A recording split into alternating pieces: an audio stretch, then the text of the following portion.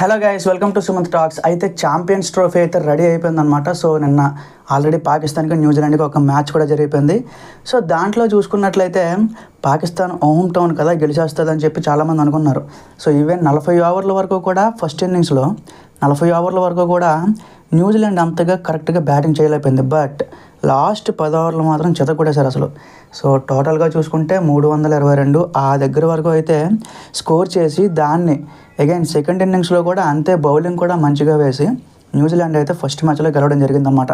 అయితే ఈరోజు మరి ఫిబ్రవరి 20వ తేదీన మనకు ఒక ఇంపార్టెంట్ మ్యాచ్ అయితే ఉందన్నమాట. సో మన ఇండియాకి ఛాంపియన్స్ ట్రోఫీలో మొట్టమొదటి మ్యాచ్ అదే బంగ్లాదేశ్తో పడిందనమాట.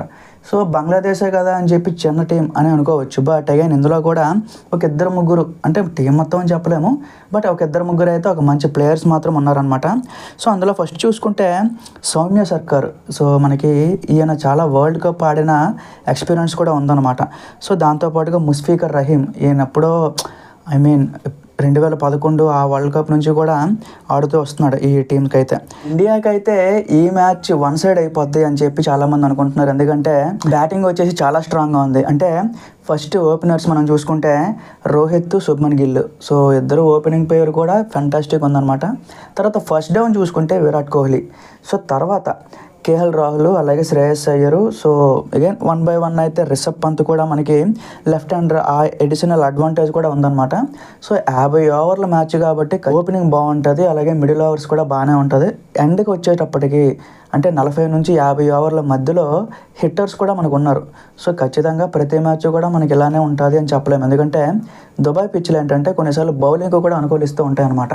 సో మరి ఈరోజు బంగ్లాదేశ్ మ్యాచ్లో మనకి మ్యాక్సిమం టాస్ పడిన తర్వాత బ్యాటింగే ప్రిఫర్ చేస్తారు అని చెప్పి చాలామంది అయితే అనుకుంటున్నారు. ఎందుకంటే మనకి అది వన్ సైడ్ అవ్వాలి, అగైన్ నెట్ రన్ రేట్ మనకి చాలా ఇంపార్టెంట్. సో అందుకని చెప్పి వీళ్ళైతే ఇప్పుడు మన ఇండియన్ టీం మెంబర్స్ అయితే బ్యాటింగ్ తీసుకోవడానికే ప్రిఫరెన్స్లో ఉన్నారనమాట. సో తర్వాత రాబోయే మ్యాచ్లు న్యూజిలాండ్తో, పాకిస్తాన్తో ఇంకా 2 మ్యాచ్లు ఉన్నాయి. సో ఆ 2 మ్యాచ్లకి సంబంధించి అగైన్ దానికి ఉన్న స్టాటిస్టిక్స్ అలాగే అదంతా కూడా వేరు. బట్ ఈ మ్యాచ్ వచ్చేటప్పటికి నా దృష్టిలో ఇది ఒక వన్ సైడ్ మ్యాచ్ గైస్. ఎందుకంటే ఈజీగా విన్ అవుతారు. సో ఇందులో ఎలాంటి డౌట్ లేదనమాట. సో ఎన్ని రన్స్ తేడాతో విన్ అవుతారు ఏంటి అనేది మనం చూసుకోవాలన్నమాట. సో మరి ఈ మ్యాచ్ గెలిచిన తర్వాత ఛాంపియన్స్ ట్రోఫీలో ఫస్ట్ అటెంప్ట్ మంచి అడుగు వేస్తారు అని చెప్పి ఫ్యాన్స్ కూడా ఎక్స్పెక్ట్ చేస్తున్నారు అనమాట. సో మరి మ్యాచ్ అయిపోయిన తర్వాత రిమైనింగ్ విషయాలన్నీ కూడా మనం మాట్లాడుకుందాం. ఇదైతే జియో హాట్స్టార్ యాప్లో మనకైతే ఫ్రీగా స్ట్రీమ్ అవుతుంది గైస్. సో దీనికి ఎలాంటి సబ్స్క్రిప్షన్ అవసరం లేదని చెప్పారు. సో మధ్యాహ్నం 2:30 నుంచి అయితే మనకి స్ట్రీమ్ అవుతుంది అనమాట. సో ఇన్ కేసు ఎవరికైనా చూడాలనుకుంటే చూడొచ్చు అనమాట. Thank you.